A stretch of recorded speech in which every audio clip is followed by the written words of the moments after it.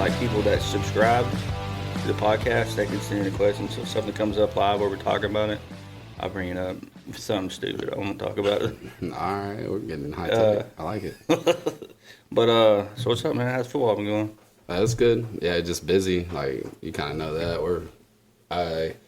I've been like planning out my stuff a little bit more this year and like writing down all my practices and scripting things out and trying to leave. Nah, dog. I know you ain't coming up with a script, cuz. I am. Like you should see just some of this stuff and just trying to leave a paper trail, not only just to help me organize things mentally with all the practices that I have going on, but then like to maybe help out next year and then to help out with some other coaches and stuff like that so they can follow it a little bit. So Right, so they can just kind of follow along with what you're doing. yeah. That'd be really good for new coaches, man. Yeah, and it's just working a little bit of technology, which if I can work it, everybody else can work it. It's just Google, like Drive. I got everything on there. Yeah. So basically, like with my youth coaches, I put them all on a Google Drive and split it to my first and second grade team and then my fourth grade team and blah, blah, blah, go from there. And they're just able to see what we're doing each day for practice, what we did last week, and we just try to stay organized that way and keep kids going on that. But back to what I was like, this is I think week 7 with those youth kids going into football, week 7 and 8. And I'm in week 6 of preseason with like my wrestling kids. So I've been tracking them the same way. Like I have a drive for them guys where I'm tracking every practice. We're doing timed runs every week in our off-season wrestling to try to just press the kids and give them something to compete for and to get better at. And I don't know, just letting kids know that if we're in off-season wrestling, we're not there to hang out. We're in there for a reason and trying to get better and get ready for the season. So. Yeah, 100%. How's when it comes to the preseason wrestling? What like is it more just strength and conditioning? Because you can't actually wrestle till like October 1st, right? Yeah, October 1st is that first day that you can get on the mat, and everything that I do leading up into that is all strength and conditioning, running, and mental stuff, and we do that every single day of the week that I have them 7th hour. You have them for about 50 minutes, so we get about a 45-minute workout in every single day, and I mean, there's no seconds wasted. We get after it, all those minutes and seconds we got, and that's, I don't know, I think before I got to Elgin, there wasn't really an off-season wrestling, like just all coaches were busy, and it wasn't able to establish anything like that. But that was like one of the main things when I first got here. I probably had 15 kids in off-season wrestling, that just being boys and a few girls. Yeah. And just immediately put them to work and just let them know, like, I get it, you're not another sport. This is your sport, trying to get better. And not trying to run kids out of there, but to also let kids know, like, this is not the place to sit. We're building for a season, or we're going to another sport and we're getting better. And just over time, like the numbers with that fluctuated, and my off-season wrestling numbers like really never dropped below probably 20 to 25 kids being boys, and now that we're separated, boys only in that sense, and always having a few girls sprinkled in. But yeah, our school and our numbers have grown enough where there is a population of kids that are training just for wrestling, and other kids that don't want to play any other sports or be involved in any other sports, and we're able to service that now, Right. And always have been able to. It's just now, like, I have Coach Ramsey in there as well. I have the girls down into first hour, so I'm doing off-season training with them. Exactly the same with Coach Neighbors and Coach Compton, and just kind of following the same game plan with everybody as far as training-wise, but being broken up throughout the day, which, I mean, that's been good. It's been good, but yeah, it's a lot. So are the girls following the same like routine the boys are, but they're just doing it first thing in the morning? Yeah, their workouts are different. They're completely different. I've kind of specialized everything for the girls and for the boys. The girls are still doing timed runs like the boys, but it's a different run. It's a different distance. Right. I don't know, just same mindset, different expectations, not expectations as far as like the standard of being, a good person, everything's the same, but like performance wise, I understand like some girls that are different levels than the boys, some boys are different levels than the girls. So like I don't make the girls run the same run as the boys. And not saying it's any harder or any less. It's just different. We do things different, and that's what we wanted, was to have like that different specification for the girls. And Right. then, but I still have my junior high girls in 4th hour, Right. which is at 11 a.m. with the junior high boys, and that's Brindley and just I think 2 other girls in there, and only junior high off season is a little different. Like the past few years, I've had 10 or less, as far as boys and girls. Like all of our junior high kids stay pretty active in other sports. Like we have 40 something on 7th and 8th grade football apiece, and that's a lot of junior high kids that are active. What is your thoughts on like preseason tournaments? Like the kids can go, but you can't coach, right? Is that how that works? Yeah, basically that's how it works. And kids can go. I can't coach them unless it's like an OSSA sanctioned preseason tournament. Right. Which we see some of those as far as high school. I don't usually attend stuff like that. Like I don't know. I feel different about some of that. It just depends on what you're training for. Like I'll use Dax for example. Dax is in off season. He's training for wrestling. He's training for the tournament. He's been in there. He's going to be hitting, and he's been on the mat, not with me, but he's been on the mat training, like in different facilities and camps all summer, all spring. Like he's ready to go wrestle a tournament. I think it's great. Like that's Right. good for us. He needs to go compete, showcase your skills. If you're in football or if you're not training at that level, I don't think you should just pick up and go hit like a preseason tournament here and there if you're not training. Like that's something that I don't think really go hand in hand together. I did that a little bit, and I don't know, it didn't always go in my favor. Like I won most of those, but like still, at what risk and what cost? Like injuries happen a lot when that, and like I don't know, when we're in football, we're trying to focus on football, and still doesn't mean you're not training for wrestling or doing wrestling related things. But as far as the competition wise, like I would feel terrible if one of my wrestlers, which we haven't had this issue, but one of them went and wrestled in like a preseason tournament and had a football game later that week and was hurt. That would be not a good look, and I would expect the same thing out of like any other sport that went with. I wouldn't think any of our coaches would take a kid to some sort of winter competition during wrestling season knowing that they were wrestling. And Yeah. like I said, vice versa. We just being conscious of that. Some schools don't have that luxury. Like I know schools that battle that, and thankfully like we communicate as a staff, and like we're all on kind of the same wavelength on what we want. As far as like, so like our goal right now with like preseason wrestling is just try to get Dax in many tournaments as possible, right? Yes.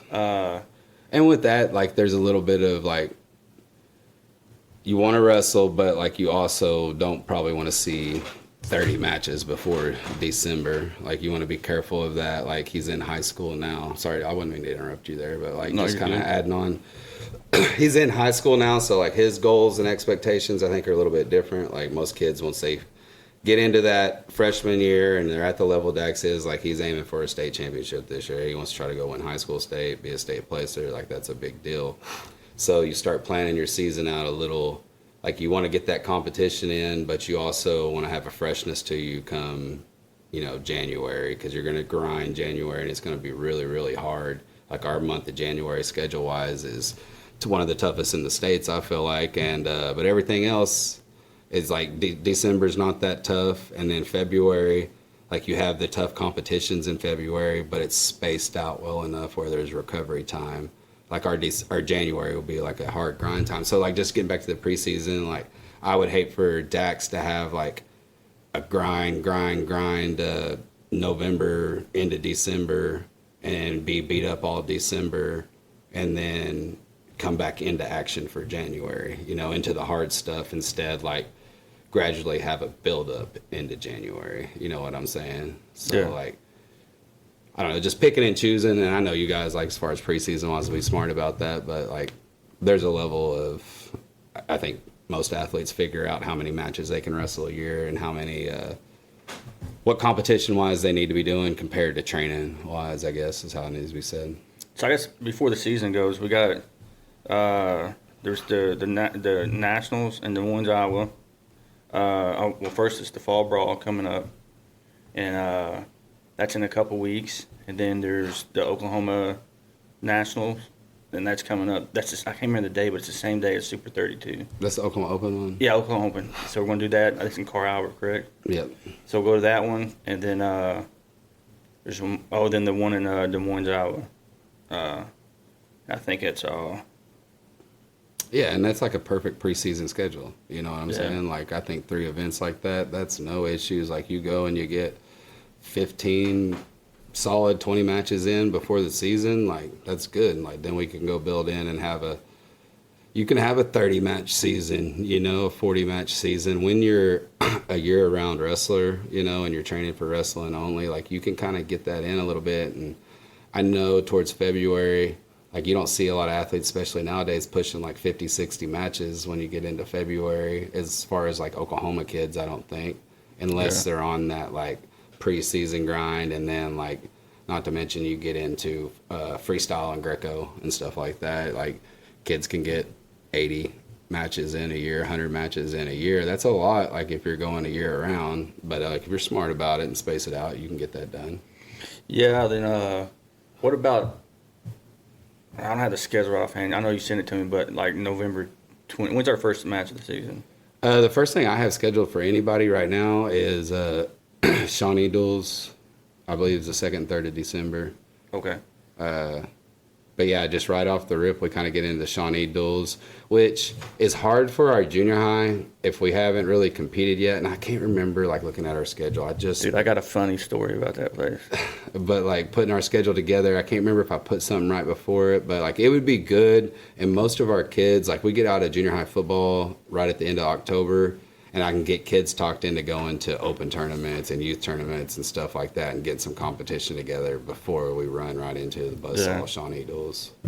Dude, man, so, you know, was at the Firebird tournament or whatever they had there? I heard a funny story about you there. Yeah, so, dude, I guess I'm on my phone, right? Walden told me this story. Damn, I'm glad you brought it up, because I forgot to bring it up. But yeah, let's hear it. Yeah, so let the people know. Yeah, so dog, I'm just on my phone, and you know the restrooms they're opposite on each side. Like, so if you go left one side, it's boys, and if you go left on the other side, it's girls. Like, they're flipped. I'll let you explain this to the people. So like, it's just wrong, right? So I go to the restroom. I'm in there chilling, and then somebody comes in. They sit down next to me, right? And I'm thinking, like, you know, what's this weirdo doing with these painted toenails and flip-flops on, right? And then, and like, it's a lot. I should have known something was up, because it was a lot of stalls, dude. And as I'm sitting there, and I'm like, oh, crap. And then it dawned on me, because I heard somebody come in, that I'm in the wrong restroom. And so I had to call my wife, man. I was like, hey, Heather, I'm in a pickle. Can you come get me, you know? And she didn't believe me, so she come in, and I heard her laugh, and I don't know, needless to say, I got out of there undetected. But when Tyler told me that, I was like, hey, I'm doing a podcast with him tomorrow. I got to mention that. And I thought it'd be funny if Heather left you in there. Nah, dude, I'd have freaked out. I don't know what I'd have did. I don't know. What a scenario. Yeah, how does that happen? But the restrooms are wrong. And I remember making fun of one of the wrestlers at one point in time, because they did the same stuff. Except for they didn't, like, go all the way in. You know, they walked in and seen a female. You know what I mean? I don't know. But anyways, and we're back. Yeah. I mean, you live to tell this story. I'm probably going to wish we would have been going live and I could have edited that out.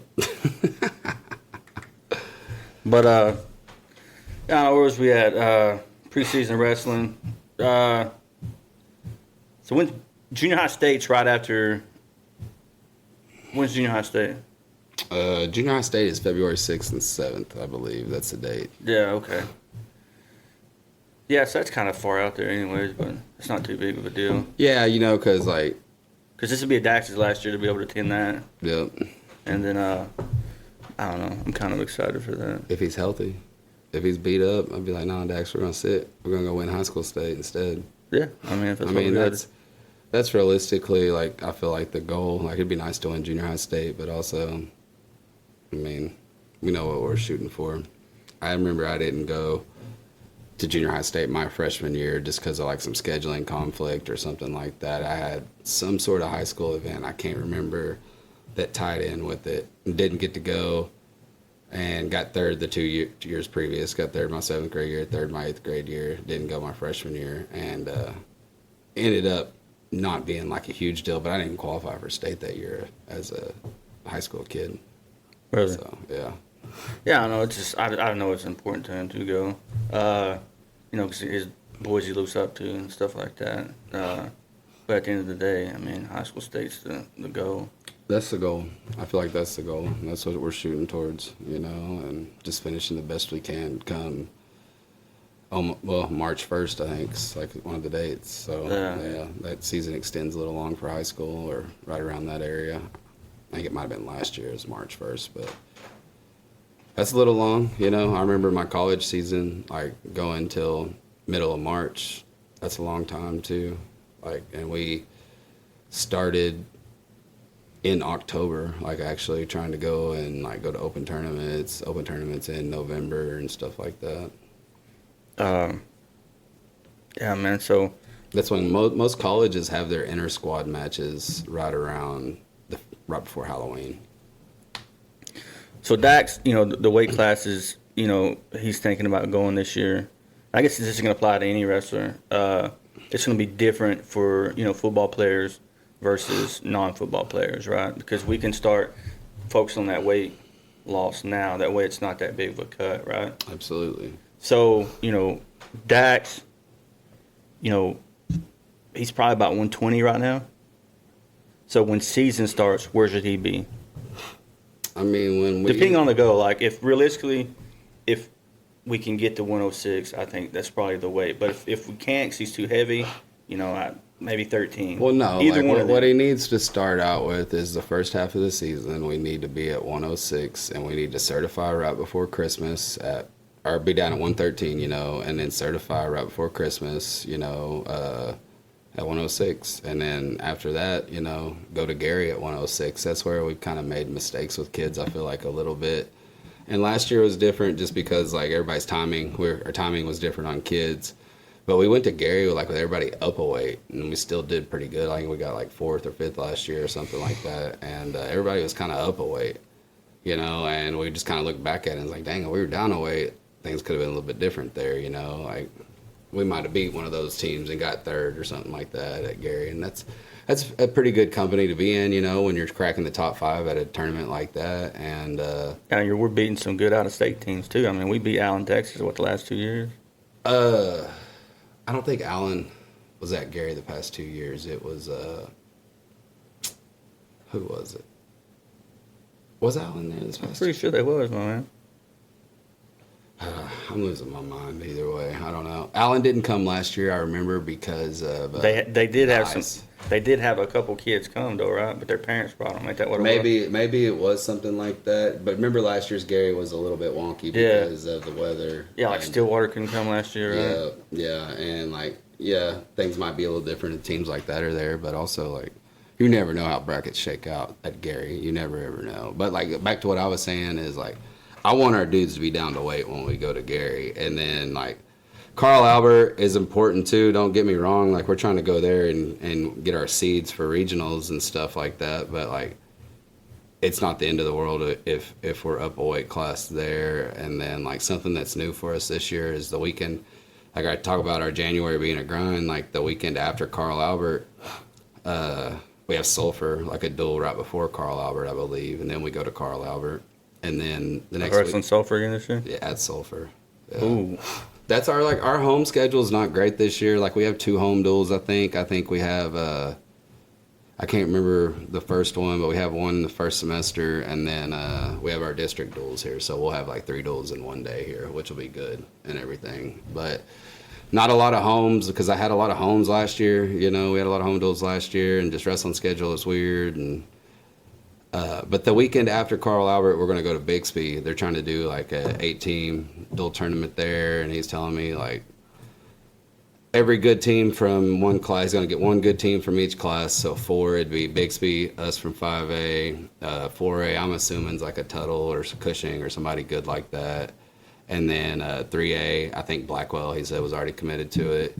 And then he said state champion from Arkansas, state champion from Texas, like something like that. So a tough dual tournament, you know, where we could go and get after it. And then the weekend after that's the Big Four, you know, and depending, like that's when we'll have to make a lot of decisions with Dax. Like the Big Four is the same weekend as Ted Anderson, you know, and more than likely Dax will need to go to Big Four to see, you know, the Quita kid who we haven't seen all year, you know, or somebody like that, instead of going to Ted Anderson and trying to win that thing, you know.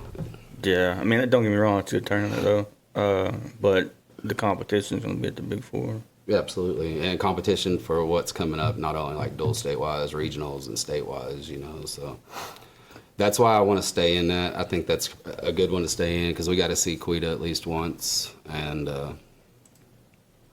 but yeah, that's our 4 weekends of January. That's pretty tough right there. And if you're a junior high kid, I think that weekend of the 10th, that we usually go to Gary, I'm sending all of our junior high kids to Pauls Valley. And then the following weekend is, I believe that one's the same weekend as Carl Albert. I have open for our junior high. And then the next weekend's Chickasha. And then some of them will go to Comanche that weekend to the middle school tournament.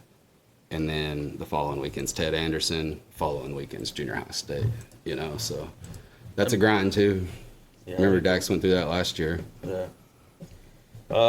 Man, let's jump into football, man. How's the youth going? Everything's good. Yeah, my 2 teams haven't lost any games yet.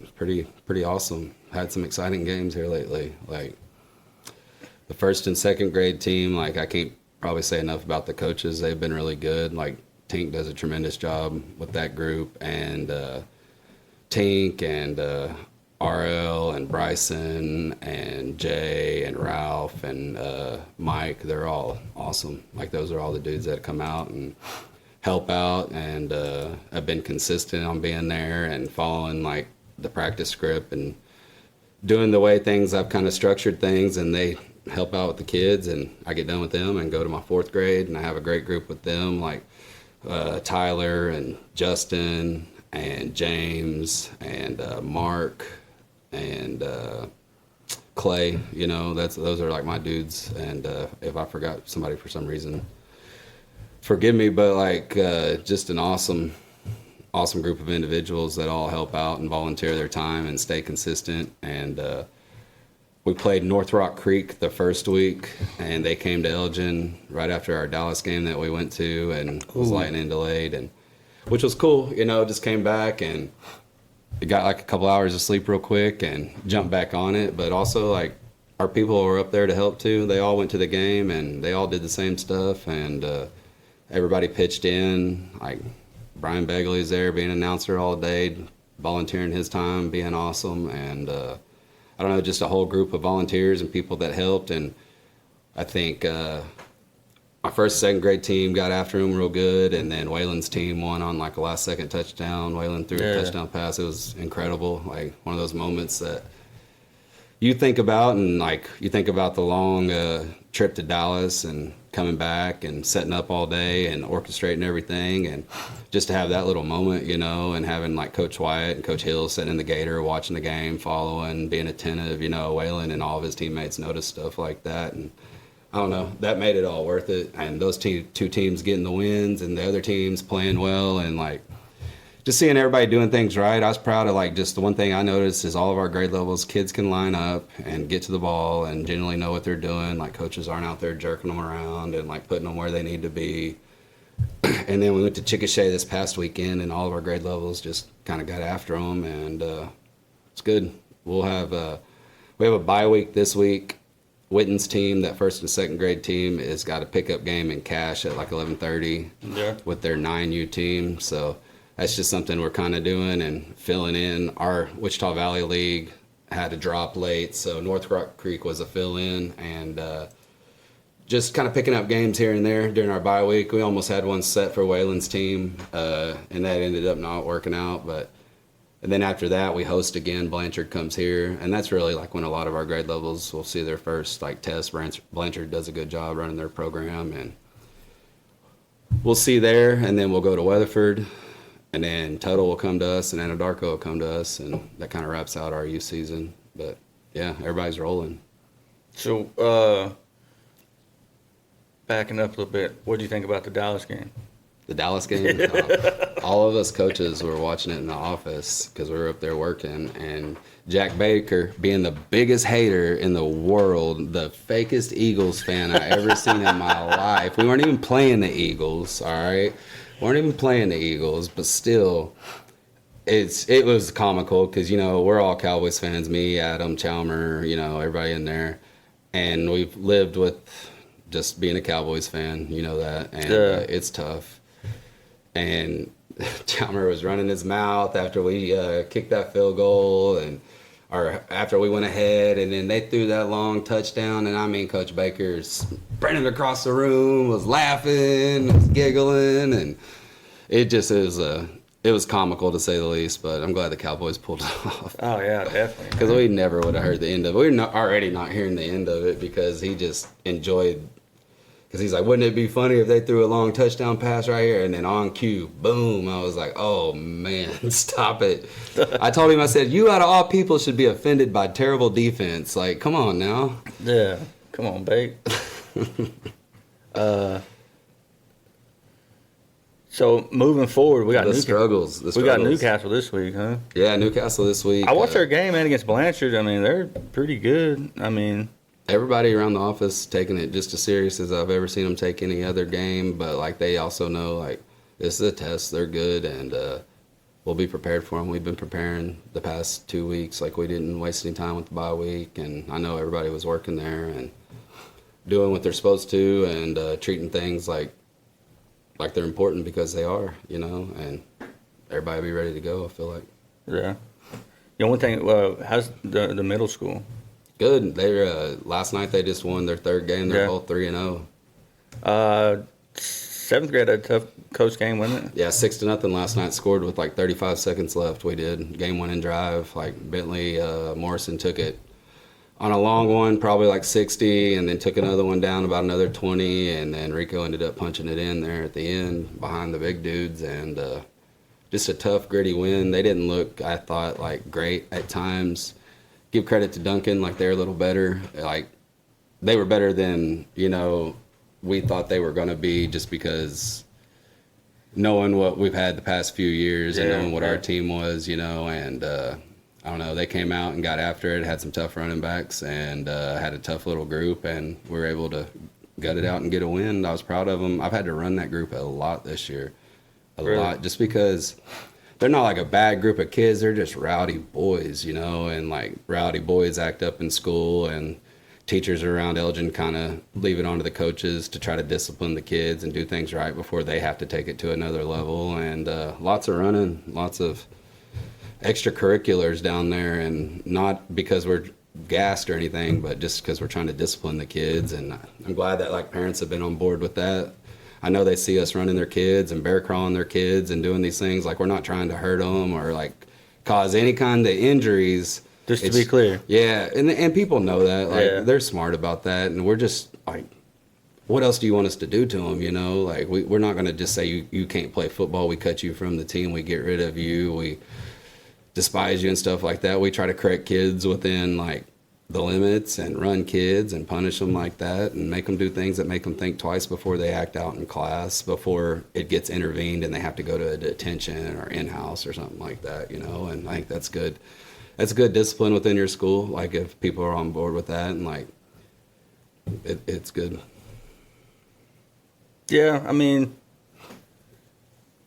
I think that's the best way to do it. I mean, you can't beat the kids. Like, you can't just say, hey, come up here and beat your kid. Like, and you can't, and like a lot of people, that's their solution. And like, I don't think that's the solution. You know, I think just trying to be a tough, and I think that's where my job gets tough a lot, is like, I have to be the tough, authoritative figure in a lot of kids' lives. And like, sometimes that's hard, just because you don't always want to be the bad guy. You don't always want to be the bad guy, and you want to create these relationships with kids, and sometimes you have to create them through discipline, and it is what it is with that. And some kids are easier to have that relationship with, but you also got to watch kids, not let them get too comfortable with like your relationship with them, and let them know there's still like an expectation and a standard to always follow and to live up to. And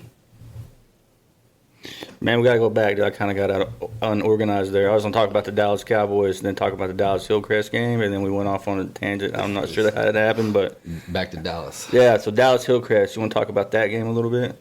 Yeah, I mean, we got there and new experience for us going out of state and Long drive, long man. trip. And I know we're blessed to have what we had. We had charter buses down there, sandwiches on the way, a place to stop, and I don't know, we're taken care of. We're well taken care of, I feel like. And when the weather was coming back, like there's nothing else we'd rather be in than like a charter bus, you know. Yeah. I feel like it was safe and we had safe drivers and people that knew what they're supposed to. Yeah. And just a credit to people that help out with our program and make sure we're taken care of. And I don't know, we got there and lightning delay like before we got started. And I remember one time that clock kept resetting to like 20 minutes and counting down. And one time it got down, we were on the field 1 second, and then it reset again. And it made us all run back in, and a lot of hanging out in the locker room, listening to music we don't want to listen to with them kids and making sure they stay inside. And that was like the main thing is kids want to wander outside. Kids start getting hungry, but like protocol is you got to keep kids inside when it's lightning. And I get that, and it's hard to wrangle a bunch of kids that are It's like lightning within 10 miles or something. Isn't it? Yeah, I don't. It's something within that radius, and we were definitely within it. And so it got delayed. We didn't end up starting until like a little before 9 o'clock. It felt like, and then got to halftime, and we were getting after them, doing everything we were supposed to, and beating a team like that. I mean, the way we needed to, handling business. Everybody looked sharp, and long halftime came out, got like 3 or 4 plays in, and then boom, lightning again. They decided to call it off and go home, you know. And I think that was a better call. I mean, it was going to be super, super late, and it ended up being a pretty good storm like come in. So like we would have never got that thing off. And yeah. What's it like having Baker up in the box now? What's that like? I know he's probably frustrated. Like I'm sure he is. But like I'm just trying to picture like his voice trying to tell everybody what to do from up there. Well, the first game I didn't signal or anything for him, but I did like a little bit the last game I did for the Dallas Hillcrest one, and it's like it's a different type of pressure. I ain't trying to mess anything up or do anything wrong, and if kids aren't getting the calls, even if I'm making them, like it's still my responsibility to make sure they get the dang calls. So it's a big like pressured responsibility, and that was a good game to do it with, you know, and to work it in with. And I don't necessarily think that's the game plan most of the season going forward, because like he's better, and he was down on the field I think helping out today actually, and I think he still plans to go back up. But I don't know, Lance handles a lot of that too in like those high pressure situations, because he can make the down like on the field adjustments that I really like can't in those situations. That's not my area, and that's not what I want to be my area. I just want to help out where I can help out and be a hand where I can be a hand. And because middle school football, I mean, basically you just call the offensive plays.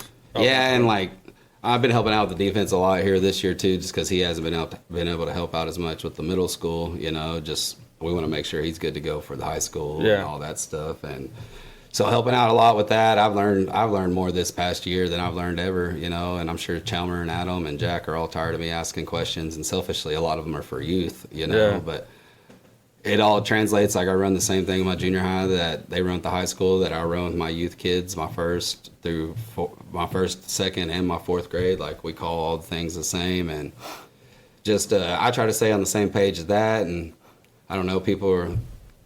I feel like, man, I've coached for 10 years. I should have known this stuff a long time ago, and I've kind of always known different variations of it, you know, because we've been through different people and different defenses and stuff like that. But like, I don't know, just trying to dive in more and learn more and be well-rounded. And sometimes I still don't know what I'm talking about, but then I can go and get the right answer. Like I've had kids correct me in junior high and be like, "Nah, Coach Castro told us to do it like this." I'm like, "Yeah, he's the boss," you know. And that's a big like a credit to them. Like I kind of get the title of being their head coach 7th and 8th grade football, but like them dudes are in their 4th hour with them every day and teaching them the ins and outs and the X's and O's, and I'm more just kind of leading them in that sense, you know. And I don't know. That's just like a big credit to them and our high school staff. They do a good job of doing that every single day. And then I get to showcase them. I practice them after school twice a week. But then on Tuesdays, we get to showcase them. And our high school staff is there most of the time. And if they're not, they're doing something high school related. And that's where we can take over and away games and be able to cover for them. And hopefully they feel confident we're always doing things, or at least trying to do things right, with the junior high. But they're good, man. They're two good groups of football players right there, and a lot of them. So them being able to stick together over the next few years will be really exciting. Players of the game for Dallas Hillcrest. Offense, Brody Morrison. Yeah. I mean, he caught like a screen and won 1,000,000 yards and was lightning down the field and can do anything. He can run by anybody. He can catch football. Dude's stud athlete, senior, finally, like leader, one of the leaders of the team. And I don't know, he's as good as it gets. I think I've said a lot of good things about Brody before, and I wish I could think of a lot more to say about him, but there really isn't. Like, just great kid, great worker, great athlete, good example as little brother. That's our running back in 7th grade, Bentley. And I don't know, they're pleasures to coach. Those type of kids you want, and they're still going to do things wrong and make mistakes, and we hold them accountable, and it's yes sir, and usually fixed, and having support from them always, and support at home from them. They always got our backs when we're coaching them hard, and that's what you want, and yeah, that's definitely, I mean, there's lots of dudes that shine that night, but he can always take it, and got him a touchdown before week 6 this year, or whatever it was last year. Yeah, that was funny. Struggling. Defense, Philip Peterson. Yeah, Philip, I think, made the first 2 big tackles of the game. They couldn't get it past the line of scrimmage. Man. Yes, and made a lot of great ones after that. And even though sometimes it seems like the world is on fire defensively when you have that headset on, I don't think we gave up. It was -4 yards on the game, I think, was the defensive stats. Oh, wow. Yeah, they didn't get a first down. Yeah. So, they were on the verge right there before the lightning hit. Yeah. But I think God knew Jack didn't need that in his life. I don't know, man. He's stingy. He's stingy with it, and that's what you want. You want somebody that's stingy, and the dude does such a good job, and we're blessed to have him, man. And so just trying to keep him going and motivated and healthy, and I don't know. His priorities are always El Janelle football, and sometimes we got to kind of make sure priorities are taking care of himself, and taking care of everything we need to. Special teams, Rich and mine. Yeah, I think he returned that punt, and just he could have got any kind of player of the game in any kind of position. He does everything for us, and yeah, I don't know why you would punt at Turretson if he's back there. That's kind of a wild thing too, but yeah, he's special, man. And I was just thinking about him earlier, and seems like he's been a senior since he was in 7th grade. Just physically, grown man wise, he's always been kind of a grown man, but he's grown into just a good, mature young adult. And you say that, and he's still goofy and plays around and has a personality, but I don't know. He can do anything for us, and we talking about just how much we expect out of him, and we depend on him and stuff like that. But we're yeah, that's what we wanted when he was a senior, is be able to give him this type of load and these type of things, and to run the ball on offense, to tackle on defense, and run a punt back, and be special teams player of the game. Help out in all areas. Rough Rider, CJ Devon. Yeah, CJ is big dude. He had a lot of injuries last year, so we get to see a lot of Yeah, always kind of banged up a little bit. Yeah. Never really kind of got his moment to shine until this year, and senior and out there. He's big, right? Huge, massive, over 300 pounds, and tall, 6. I don't want to discredit him, 3, 4, something. A great sized kid. He's 6'8". Yeah, he's huge. 6'8", 400-pound monster. No, when you look at him out there, you're just holy smokes, and just hasn't had a lot of in-game experience. But man, I know Adams coached him hard and got him right, and to get Rough Rider of the game, you have to do a lot of things right, and that's a good honor, you know. And I know Adam takes like none of that lightly. He grades them kids hard and like expects a lot out of them. So that's a big honor. One I was excited to see on here is Sharpen Your Axe, Caleb Alasola. Yeah, that's Caleb is a special talent to be that young and that mature, and to watch two older brothers before him do it right and be example kids and like program kids and go to college and play football. And he knows like working hard and doing things right pays off, and it doesn't matter how young you are or what level you're at. Like if you can play and you know the values of hard work and get after it, you're going to get in there. And yeah, sharpen your axe means you were doing it everywhere, you know, special teams, offense, defense. And that's he's going to be a long time for other people to have to mess with, you know. Like yeah, he's just a sophomore this year. Yeah, he's a good talent for the Owls. When they was in youth program, I used to put Jay on one side and put him on the other on defense and just go get the quarterback. Yeah, he was a stud, man. And just to see like him athletically, the way he's developed too, and like used to kind of be awkward with his body and run a little weird, you know, and like now you just looks like a grown man out there. And just a credit to like our weight program and our weight training and stuff, I feel like, and him staying steady on that and believing stuff that, you know, I think Coach Beathard even started with him like at a young age, and then Lance took over and kept that going with him, and he's developed into, you know, a young sophomore talent that's going to get a lot of looks, I feel like, and be a good pickup for somebody. You know, I know his brothers are doing well in college, and any program be lucky to have, because they're not only like great athletes, they're great people, they're great students, just great community members, do things right. Man, final words are coming up here pretty soon. You got anything you want to bring up?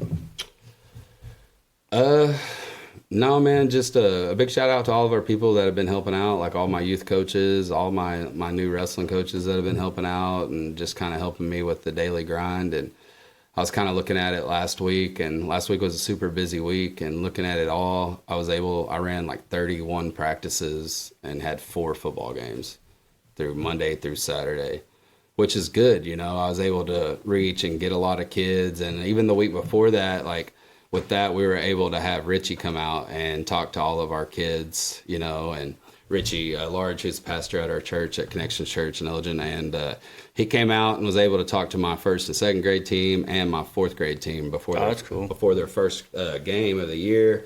We always have a pizza party for them, and just kind of do something like that to bond the kids and get them ready. And he did that. He came out and talked to them. And then the next 2 weeks at church, I saw lots of kids like from youth football coming to church. So that was like really cool to me. And just that was able to see like our reach as like coaches and being able to get kids into that like atmosphere where Richie can talk to them, you know, and do stuff that like I'm not able to communicate the way he's able to communicate, but being able to like help facilitate that and to get kids there, like that made me feel good about things, and like we're doing things right, and like all these practices are worth it, and like our reach is worth it, you know. And I don't know, stuff like that is good to stay motivated. And so like that's just like a big shout out to our community and all the people that are involved. You don't see a lot of churches and like community leaders that reach out and try to get involved in stuff like that, and being able to like facilitate that and have that outreach is like good for all of our youth programs, and all the volunteers that show up on game days and practices and stuff like that. Just wouldn't be able to do it without them. Amen, bro. That's it.